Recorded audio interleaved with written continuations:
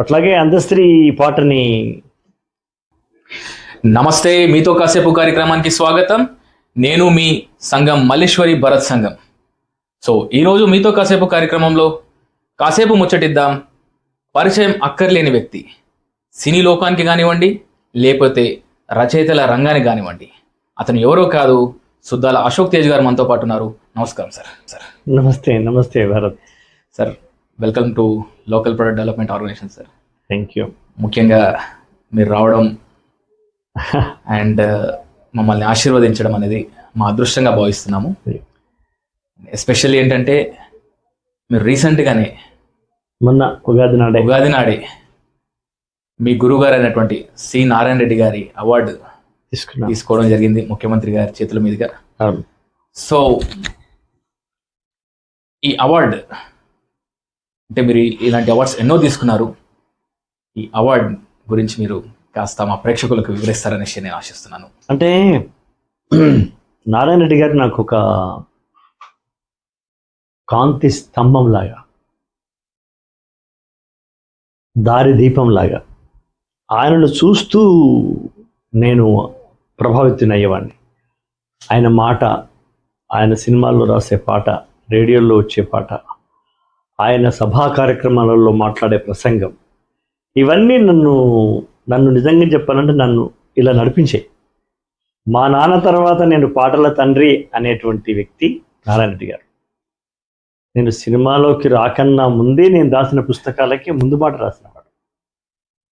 ఉగాది నాడు వచ్చే రేడియో కవి సమ్మేళనంలో ఆయన కవిత్వం విని, పరిమళాల నెవడాపును పైరగాలి నెవడాపును ఎవడాపును మానవత రవి రుక్కును కవి వాక్కును, ఇలా ఆయన వినిపిస్తుంటే ఎప్పటికైనా మనము ఆయన దారిలో వెళతామా అని కక్కావికలు పడ్డ పిల్లోడిని నేను.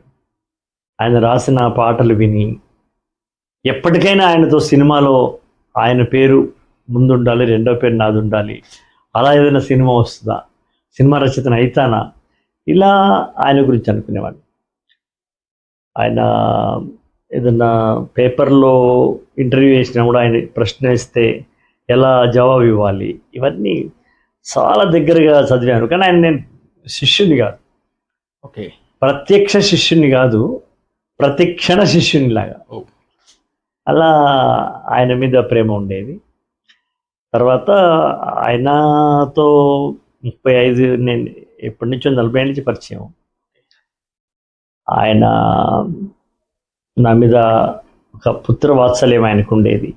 ఒకసారి రవీంద్ర భారతిలో నాకు ఏదో విషయం వచ్చినప్పుడు నా సాహితీ పుత్రుడు, నా సాహితీ వారసుడు అని కూడా చెప్పినాడు ఆయన. ఓకే, చాలా గొప్ప విషయం.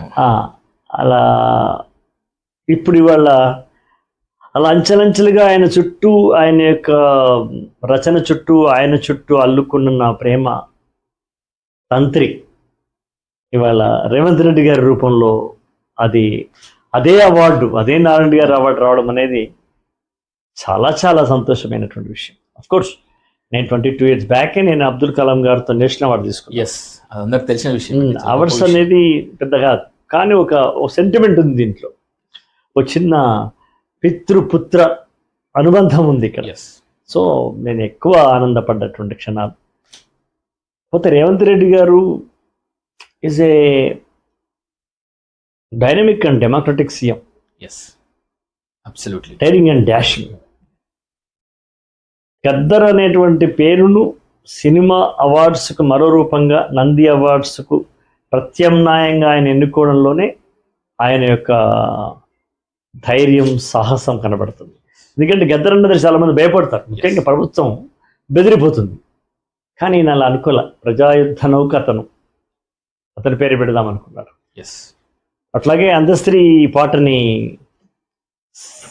ప్రభుత్వంలోకి రాకముందే అనౌన్స్ చేశాడు. నేను ప్రభుత్వం వస్తే అదే రాష్ట్రగీతంగా అవుతుంది. అతను చేశాడు. ఇవన్నీ చూస్తే నాకు ఆయన అంటే దాన్ని ఏమంటారు, ఒక గాఢమైనటువంటి కవుల పట్ల ఉన్నటువంటి గౌరవం గుర్తు. అందస్త్రీ చనిపోయినప్పుడు నేను ఒకసారి చెప్పాను, శ్రీకృష్ణదేవరాయలు అల్లసాని పెద్దన అనే కవి ఉన్నాడు కదా, ఎస్.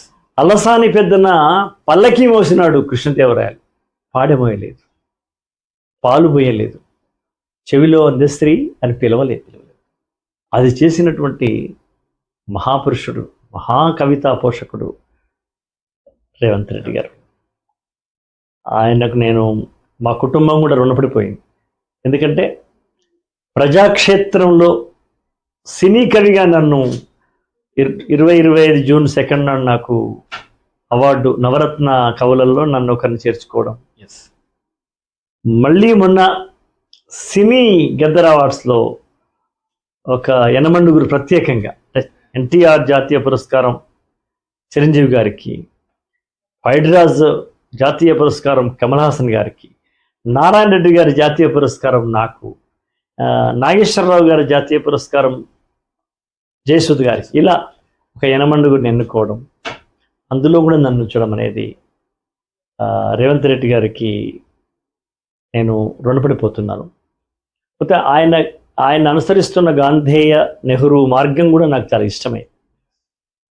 ఇవాళ ఒక మూసి ప్రక్షాళన కోసం ఒక ప్రణాళిక తయారు చేస్తున్నారు.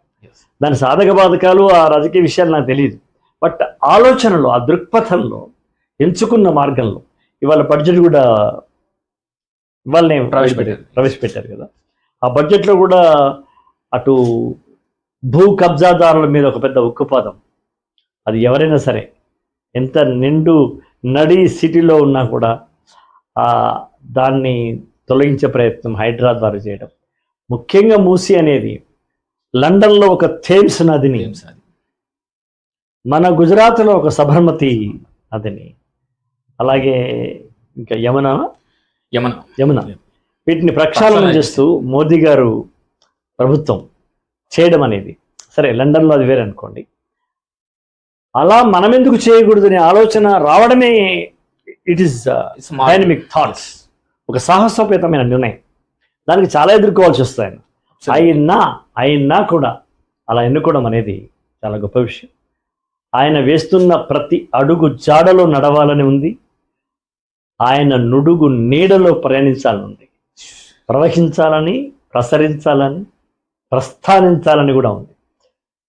ఆ మాట చెబుతూ నా ఆనందాన్ని ప్రకటిస్తున్నాను. మేము రానున్న రోజుల్లో కూడా మిమ్మల్ని ప్రభుత్వంలో చూడాలనుకుంటున్నాం sir, local product development organisation ద్వారా. ఎందుకంటే కవులను గౌరవిస్తున్నటువంటి రేవంత్ రెడ్డి గారు ఎస్పెషల్లీ, ఎందుకంటే మనము అందశ్రీ గారిని చూసాం, మీరు ఇందాక అన్నట్టుగా. అవును, అందశ్రీ గారిని చూసాము. సో పాడమోసిన సీఎం, పాలు పోసిన సీఎం, చెవులో అందశ్రీ అని పలికిన సీఎం, రాష్ట్రమే కాదు దేశంలోనే మొట్టమొదటి సీఎం, భూమి మీద, నాట్ ఓన్లీ కంట్రీ. ఎస్. ఈ సన్నివేశం అనేది ఇప్పటికీ సరే సోషల్ మీడియాలో నానా రకాలుగా మాట్లాడుకోవచ్చు, కానీ అలా చేసిన సీఎం డేరింగ్ అండ్ డాషింగ్ అనే దానిపైన నిజంగా ప్రతి ఒక్కరం కూడా మానవతా దృక్పథంతో ఆలోచించాలి. ఎందుకంటే ఒక కవి అనేవాడు చాలా మానవత్వ కోణంతో తన యొక్క పలుకులను మాటల రూపకంగా, రాతల రూపకంగా రాస్తాడు. కాబట్టి ముఖ్యంగా మీరు అన్న విషయానికి ముఖ్యమంత్రి గారికి ఎల్పిడిఓ తరఫు నుంచి కూడా కృతజ్ఞత భావాలను తెలుపుతూ, ముఖ్యంగా సార్ ఎందుకంటే ఇవాళ మీరు ఈ అవార్డు తీసుకోవడానికి ప్రధానమైనటువంటి కారణం, ఎందుకంటే నాకు మీ గురించి తెలిసిన తర్వాత ఏంటంటే నాన్నగారి ప్రభావం కూడా మీపై ఉందనేసి మీరు పలు సందర్భాలలో చెప్పారు. అండ్ నాన్నగారి గురించి పక్క ప్రజాకవి, అండ్ తను ఒక స్వాతంత్ర సమరయోధుడు అని కూడా, అమ్మ జానకమ్మ గారు అండ్ సుద్దాల హనుమంతుడు గారు గురించి. నేను ఇలా ఉన్నాను అంటే వాళ్లకు మరో రూపంలోనే ఉన్నాను.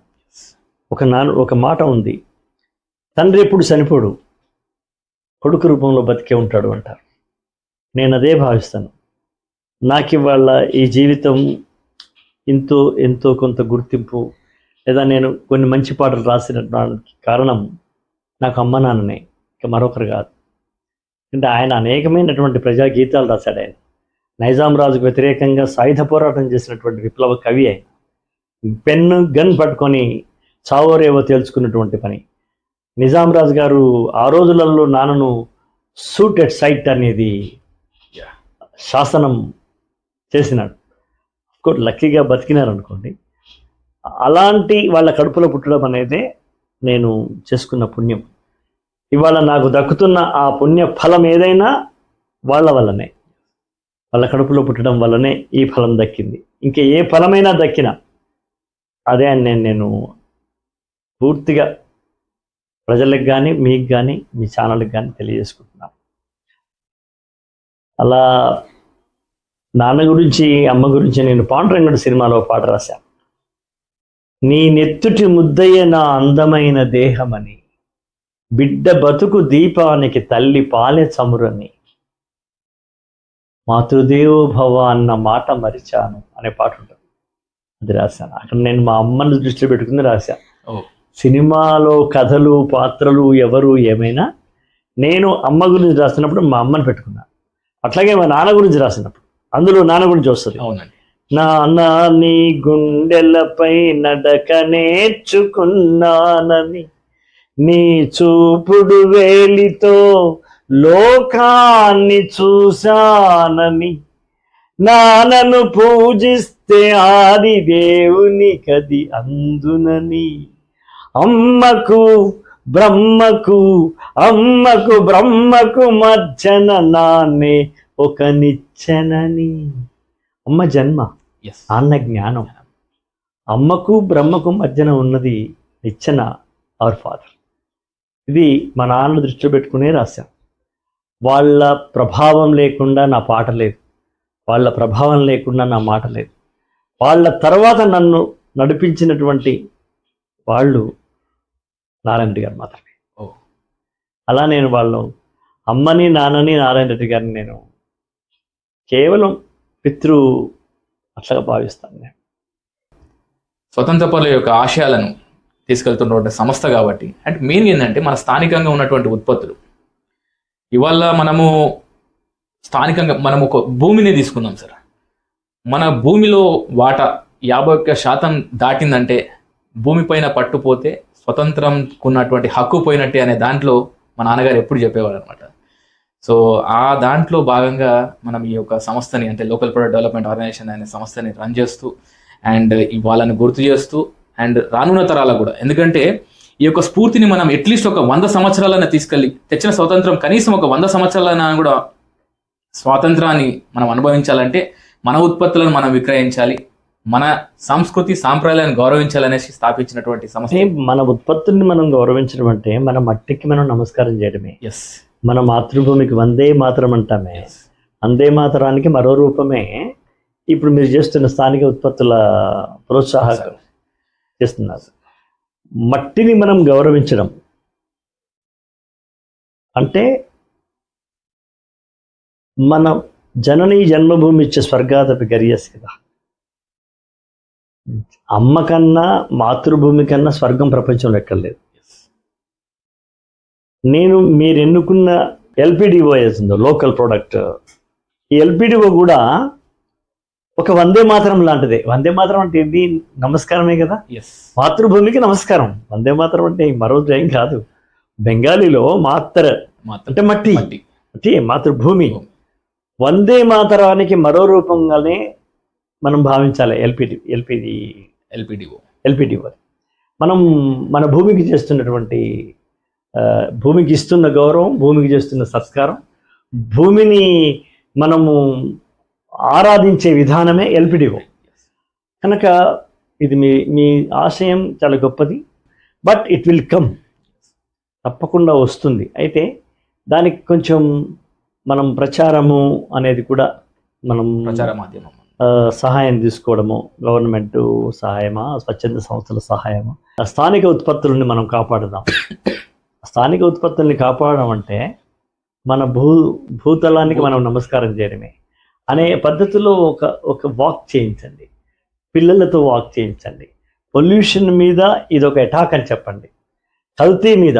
కల్తీ చేస్తున్నటువంటి వ్యాపారాల మీద మనం చేస్తున్నటువంటి ఎల్పిడిఓ అనేది ఒక చిన్న అటాక్ అని చెప్పండి. ఇది ఒక చిన్న తిరుగుబాటు దాని మీద. మనం మనదాన్నే మనం కాపాడుకుందాం, మన పాదును మనం కాపాడుకుందాం అనే పద్ధతిలో మీరు ముందుకు వెళితే తప్పకుండా ప్రజల ఆదరణ దొరుకుతుంది. ఇప్పుడు కూడా కొంత కాన్షియస్ ఉంది జనాలకి. ఏది కల్తీ ఎక్కువ అవుతుంది, లోహా గరం హై అంటే మీకు ఇది అనుకూలం ఉంది కాలం. Yes. కాలం మీకు అనుకూలంగానే ఉంది, ప్రతికూలంగా ఏం లేదు. కాకపోతే మీరు తీసుకునే నిర్ణయాలు, మీరు పెట్టవలసినటువంటి ఆర్థిక వసతులు, వనరులు కల్పించుకొని కనుక చేస్తే ఇది డెఫినెట్గా విజయవంతం అవుతుంది అనేది నేను కోరుకుంటున్నాను. విజయవంతం కావాలని కూడా నేను కోరుకుంటున్నాను. Thank you. డెఫినెట్గా రానున్న రోజులలో మీ ఆశీస్సులు. ఇలా I will support you, I am with you. Thank you very much sir. So మీ అమూల్యమైన సమయాన్ని కేటాయించినందుకు అండ్ మీరు ఇక్కడ విచ్చేసినందుకు కూడా చాలా చాలా thank you very much sir. All the best. Thank you.